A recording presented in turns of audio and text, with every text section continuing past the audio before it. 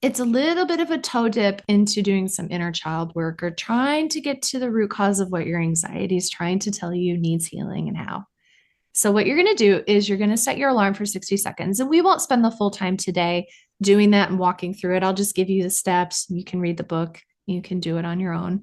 But you'll set your alarm for 60 seconds. And you can do this when you're feeling activated. But I would say even more powerful is to do it on a regular basis, maybe at the beginning of your day or during lunch or at the end of your days, just schedule it in. 90 to 120 days of doing this consecutively will change your brain. It will change your nervous system, which then will create a domino effect that may change your gut, may change your hormones, may change your immune system. Take off that coat, right? So here's how it goes. You set your alarm for 60 seconds. And then you're going to just simply notice your body, just like we did at the beginning. You're going to notice your alarm. You're going to start at the bottom of your feet, and you're just going to notice curiously. You don't have to change anything. You're just going to observe it. And then you're going to allow your mindful awareness to follow up your body. You're just going to notice, a little gassy.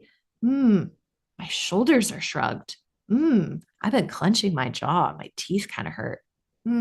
I can't believe I've been furrowing my brow and I've been putting tape on the angry 11s, but now I need more tape, right? Whatever it is, you're going to notice your body. And you're going to then go back to the place where it's the loudest, the most intense. And this depends on what type of anxiety you have or what type of alarm you have, which we can touch on. I know we're coming towards the end, but we can touch on the 9 types in just a moment. But you're going to notice the loudest place of the alarm. And then your 60 seconds probably run out. So you're going to set your 60 seconds for the second time. There will be 3. So the second time, I want you to really focus in on where the sensation was the strongest. And I want you to go down, imagine a timeline, and I want you to go to the earliest moment, the earliest time in your life that you can remember feeling that way. And it may be that you have an impression of an early moment, but you don't have images or language for it because we've seen that trauma, stress, adversity, overwhelm, adaptations, and coping mechanisms, a lot of that happens in the first year and a half before we have language. So you just may notice impressions or images, and that's okay. So you're going to notice that, follow the timeline. If you don't see anything, that's fine. Just allow your mind to go early. Maybe it was yesterday, whatever it is, it's okay. And then your alarm's probably going to go off, and then we're going to do our last of our 360 seconds. And in this last of the 360 seconds, we're going to address that part. Because one of the things that we've seen in the trauma science and the trauma literature is that when adversity and stressors in our winter coats get stored, they don't always get stored in parts of the brain that have access to time and logic.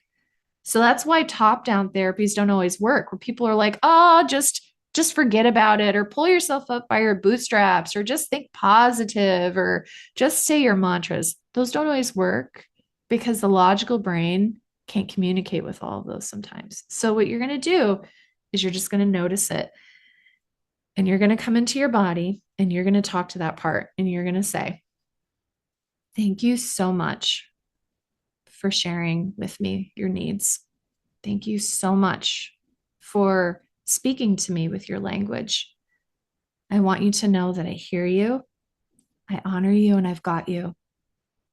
And I want you to know that it's whatever year it is. I want you to know that it's 2024 and that we're not in the past anymore, and that I have you. I have all the things you've taught me, plus a bunch of resources you didn't have.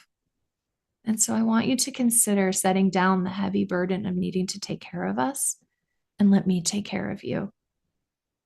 Sometimes using the visual image of a big backpack or a big box, something that we can put the stress and the worry that may have come up inside of that container, that visual can be really helpful. So you may imagine doing that, putting it in a container, exhaling it with the breath, and then you put that container to the side, or you can throw it over a cliff. A lot of my clients want to burn it, whatever you want, and then you move on.